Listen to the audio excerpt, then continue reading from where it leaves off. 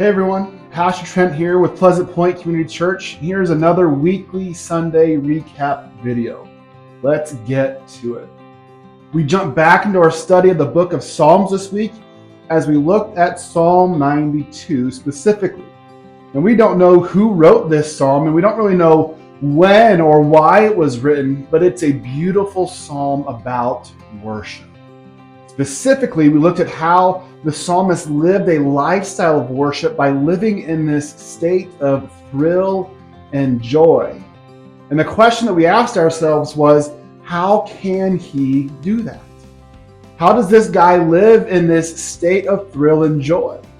Because for the majority of people in our culture today, we are much more likely to say that we live in a constant state of unhappiness and depression and anxiety and anger.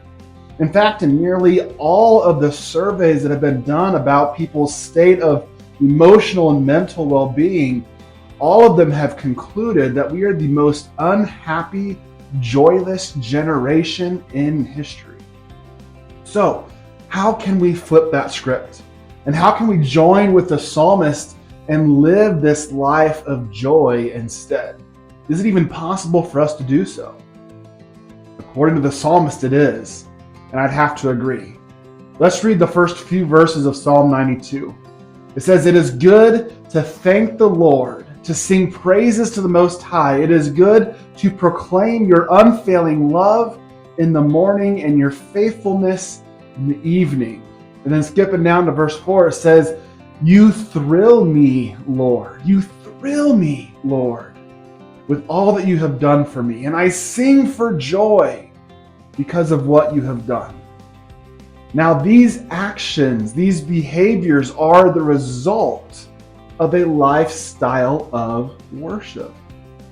The psalmist isn't saying here that he experiences thrill and joy after he worships. It's the other way around. He's able to worship God because of what the joy is doing. It's bubbling up from within him at all times.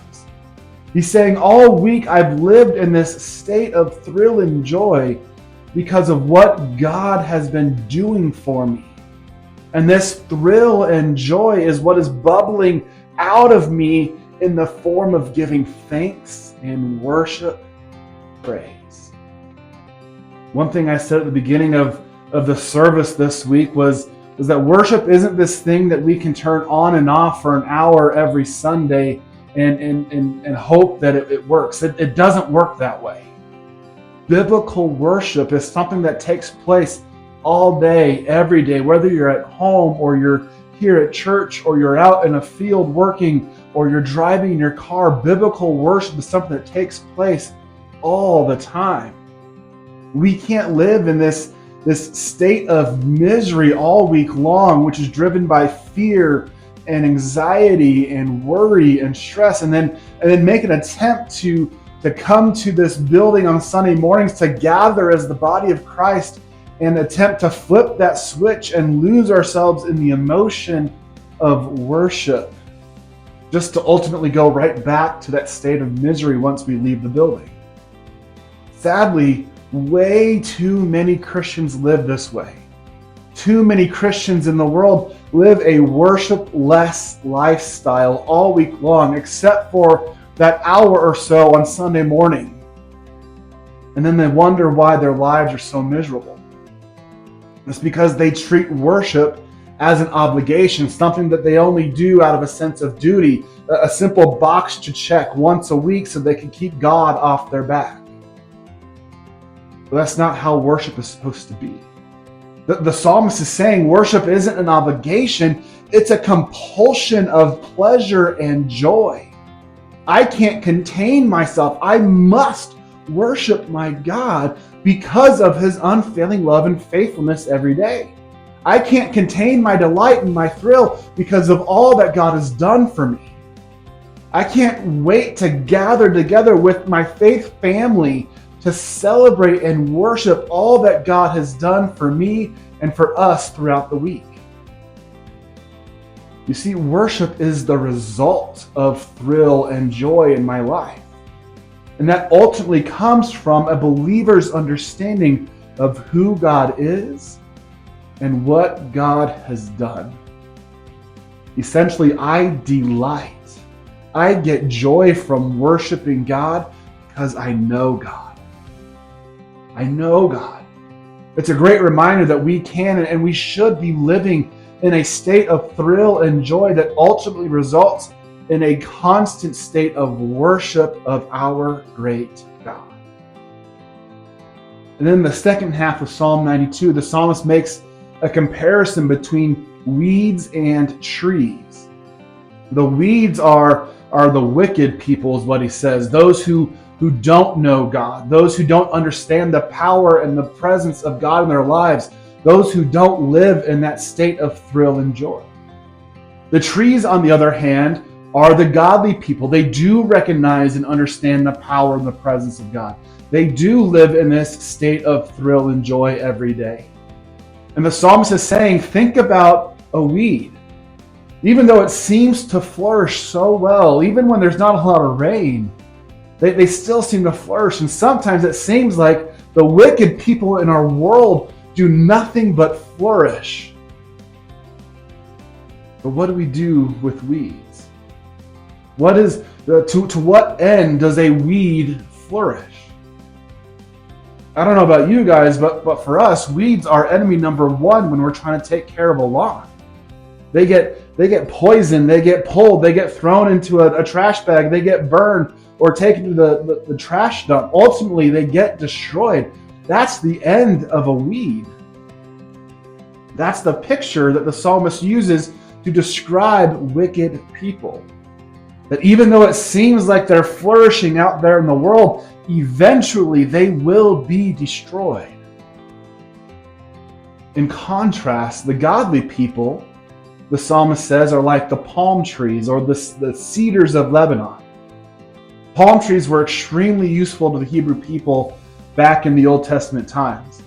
They were tall and majestic, and they had so many uses, from their leaves to their fruit to the oils that the trees produced.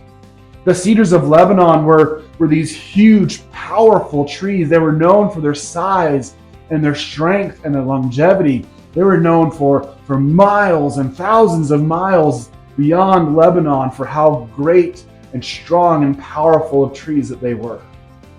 And so you have this contrast between the weeds and the trees, between something that will ultimately be destroyed and something that symbolizes strength and power. And the psalmist is saying that the godly will flourish like the trees because they will be transplanted into the house of the Lord. In other words, the godly will ultimately flourish because of their closeness to God. And as long as they remain close to God, as long as we remain close to God, they will continue to produce good fruit and remain vital and green. That's how the psalmist puts it. And then finally, in the last verse, the psalmist gives us the result of being a tree planted in the Lord's presence. And it's worship. The result is worship. The godly trees will declare that the Lord is just, that He is our rock, and that there is no evil in Him. And this takes us right back to where we all started at the beginning of Psalm 92. This living a lifestyle of worship because we are firmly planted in the presence of God, where we are constantly giving thanks and praising Him for His unfailing love and faithfulness and for what He has done for us. I love this psalm, and I hope that you take the challenge of responding to God every morning and every night in praise and worship for all that God has done for you. Live a lifestyle, live with a state of thrill and joy for God. All right, so now it's time for some announcements. We did switch some things up with worship. Thank you for giving us some grace as we iron out some of these details. As we start to add a couple more songs every morning into our time of worship, it fits really well with what we just talked about, how we should be in this constant state of praise and worship. And we're going to try to implement that on our Sunday morning gathering times. We're also just a few months away from Vacation Bible School. This year, we'll be looking at Psalm 23 and how God is the good shepherd.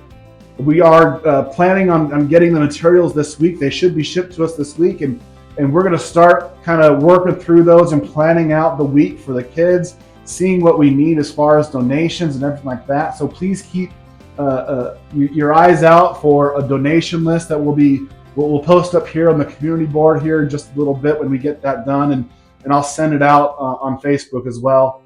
That way you guys can start thinking about that and considering helping out and donating some of the tools and craft stuff that we need, as well as games and food. If you're interested in helping and volunteering for that week, let me know. We'd love to have you come and serve the kids in that sense as well. We did get the save the date cards this morning, so those will be mailed out to the community this week.